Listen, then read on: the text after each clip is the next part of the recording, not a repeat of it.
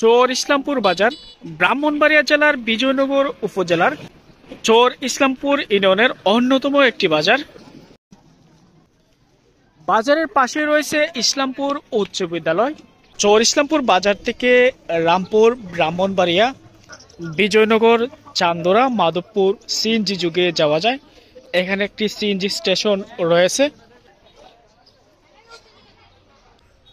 ইসলামপুর বাজারে বেশ কয়েকটি গলি রয়েছে, এর মধ্যে আমি প্রধান গলি দিয়ে যাব, আর এদিকে হচ্ছে আরেকটি গলি। এখানে বেশ কিছু দোকানপাট রয়েছে, তবে এখন যেহেতু দুপুর বেলা দোকানপাট লাগানো। ইসলামপুর বাজার থেকে কোথায় কোথায় সিএনজি নিয়ে যান?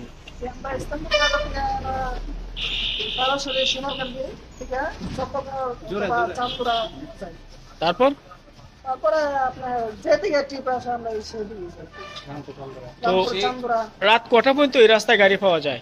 জি আপনার রাতে সর্বোচ্চ 9টার মধ্যে পাওয়া যায়। তারপরে আপনার রিজার্ভ ট্রিপে আমরা যাই। তো রাতের বেলায় গাড়ি নিয়ে যাতায়াত করতে ভয় করে না এই রাস্তায়? না না এমন কোনো বই নাই, কোনো ধরনের সমস্যা হয় না? না কোনো সমস্যা নাই। চর ইসলামপুর বাজারটি রাস্তার দুপাশে। এই ভাইয়া, সিঙ্গারা পার পিস কত? 10টা। তো আপনার কি হোটেল? ব্যবসা বাণিজ্য কেমন হয়? ভালো। রাত কটা পর্যন্ত দোকান খোলা থাকে? 10টা। স্পেশাল আপনি কি কি খাবার বানান? আমার এখানে মিষ্টি আছে, আর দই আছে, রসমালাই আছে, পুরি আছে, সিঙ্গারা আছে, সমোসা আছে। একটা দই কত? অরিজিনাল দই কি ঠান্ডা হবে?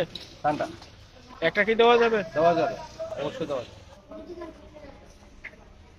পুরারো চর ইসলামপুর বাজারে আসলাম, এখানে কাটি গুঁড়োর দই পাওয়া যায়, আর এক গ্লাস দই হচ্ছে 30 টাকা। মোটামুটি অনেক বেশ, যেহেতু প্রচুর গুঁড়ো, আর আমি দই একটু বেশি খাই, বেশ ভালোই লাগে। বাজারটিতে 3টি গলি রয়েছে, আর 3টি গলির দুপাশে অসংখ্য দোকানপাট রয়েছে। আমি এখন এই গলি দিয়ে প্রবেশ করব, তারপর আরেকটি গলি রয়েছে, এই গলি দিয়ে বের হয়ে যাব, এবং এই বাজারে যে সৌন্দর্য সেটি আমি পরিপূর্ণভাবে আপনাদের তুলে ধরব।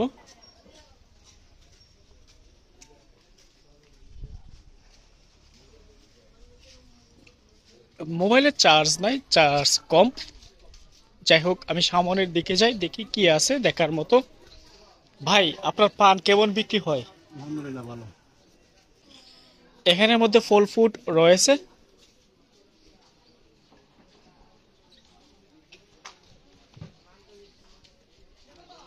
কাকা, এই বাজারের মধ্যে নৌঘাট কোন দিকে? নৌকার ঘাট কোন দিকে? সামনে হচ্ছে নৌঘাট। যেহেতু শুকনো মৌসুমে নৌকা যাতায়াত করে না। এদিকে আস্তে আস্তে হাওরের মাছ বাজারে আসা শুরু করেছে।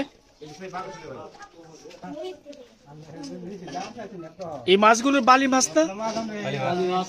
এগুলোর কেজি কত?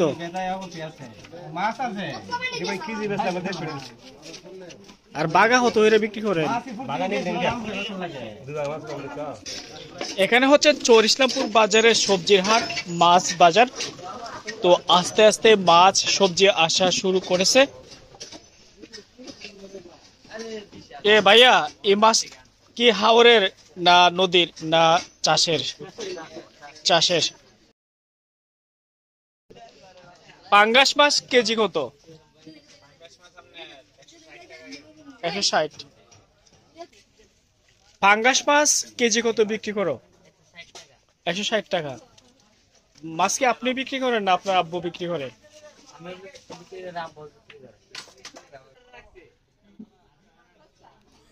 চর ইসলামপুর বাজারের মাছ এবং সবজির হাটা হচ্ছে তিতাস নদীর উপর, আর এদিকে হচ্ছে তিতাস নদী, আর বেশ সুন্দর লাগে। আর সবজির হাটার পাশে হচ্ছে চর ইসলামপুর জামে মসজিদ, অর্থাৎ বাজারের জামে মসজিদ।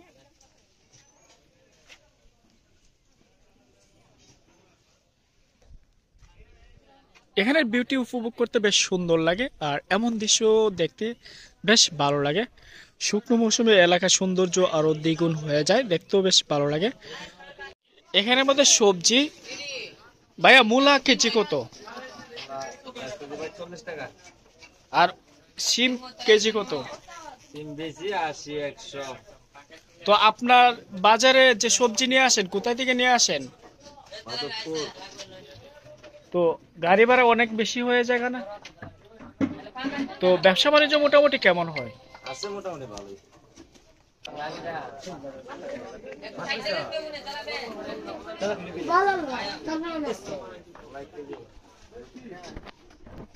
এখানে সবজির হাটটা খুব বেশি বড় না, মোটামুটি। আপনার সবজি কেমন বেচা বিক্রি হয়? ও ভাই ভালোই হোক। প্রতিদিন করতে পারেন? একটা দোনো ছিল না। তো মোটামুটি ভালোই ব্যবসা হয়। মোটামুটি ভালোই। হ্যাঁ। এই জায়গাটা হচ্ছে চর ইসলামপুর নদীর নৌঘাট। এখান থেকে তিতাস নদী দিয়ে নৌকা দিয়ে যাতায়াত করা যায়। যাই হোক, আমি সামনের দিকে যাই এবং আরো বেশ কয়েকটি গলি রয়েছে, এই গলিগুলো শেষ করব, তারপর আমি আমার গন্তব্যে ছুটে যাব।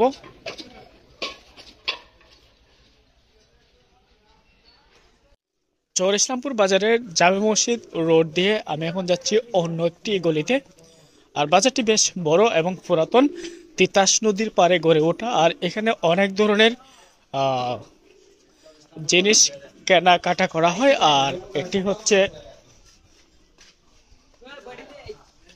রাস্তার দুপাশে হওয়ায় খুব সহজে কিন্তু যাতায়াত করা যায়।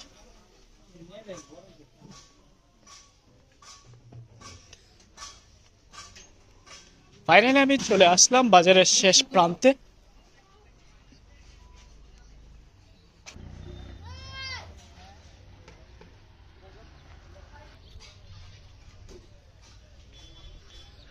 চর ইসলামপুর বাজারের শেষ প্রান্তে চলে আসলাম। বাজারটি কার কেমন লেগেছে অবশ্যই জানাবেন। এমন দৃষ্টিনন্দন সৌন্দর্য উপভোগ করতে আমার সাথেই থাকবেন। ভালো থাকবেন, সুস্থ থাকবেন, বেশি বেশি ঘুরবেন, দেশের সৌন্দর্য উপভোগ করবেন।